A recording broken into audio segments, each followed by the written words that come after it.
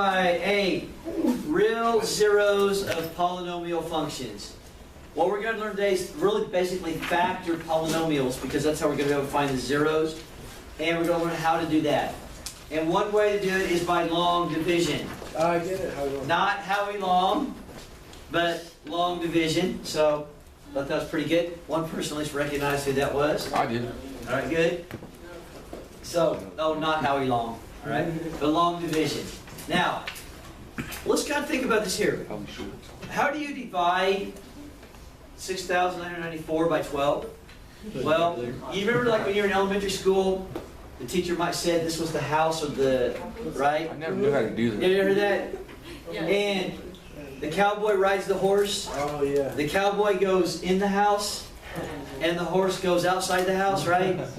Okay. I just never. Same thing. The one on top is the cowboy. Yeah. So it's going in the house, and the 12 is going outside. The 12 is the horse. All right. Still use a little analogy like from in elementary school. And the way you have to do this is the following.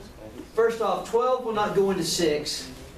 You have to, because there's two things here, you have to go over at least how many places? Two. And you look at 12 will go into 69 like 5 times. Because 5 times 12 is 60. And then you end up what? Subtracting it. And 69 minus 60 is 9. And then you're going to bring down the next 9, remember? Correct? And then 12 will go into 99, I believe, 8 times. 8 times 12 is 96. Then you subtract 99 and 96 and you get 3. Then you bring down the 4. And 12 would go into 34 twice. And you'd have a remainder of 10. You could write it as 10 twelfths, or you might remind it as a remainder of like 10, right? But 10 twelfths would reduce to what? 5, 6. Now, we're going to do the same thing with polynomials, except instead of having the numbers, we're going to have what? Some letters and stuff, variables involved. The format's going to be the same. And that's why I picked that, see that 6,994? What do you see? 6x cubed, 9x squared, 9x plus 4, x plus 2. So like the coefficients are the same. Doesn't mean we're going to get the same answers. Everybody understand? You're not going to get the same answers, but the idea is the same. So here's what we're going to do. First off, the top one is like the cowboy. It's going in the house. And the x plus 2 is the horse. It's going on the outside. And just like over here, I can't take 12 into 6. I can't take x plus 2 into 6x cubed. I've got to move over at least how many places? 2. And what I'm going to do is this. What would I multiply by x to get 6x cubed? 6x squared. So I'm going to put that up there. And now I'm going to multiply 6x squared times x and 2. If I take 6x squared times both those, I'll get 6x cubed plus 12x, right?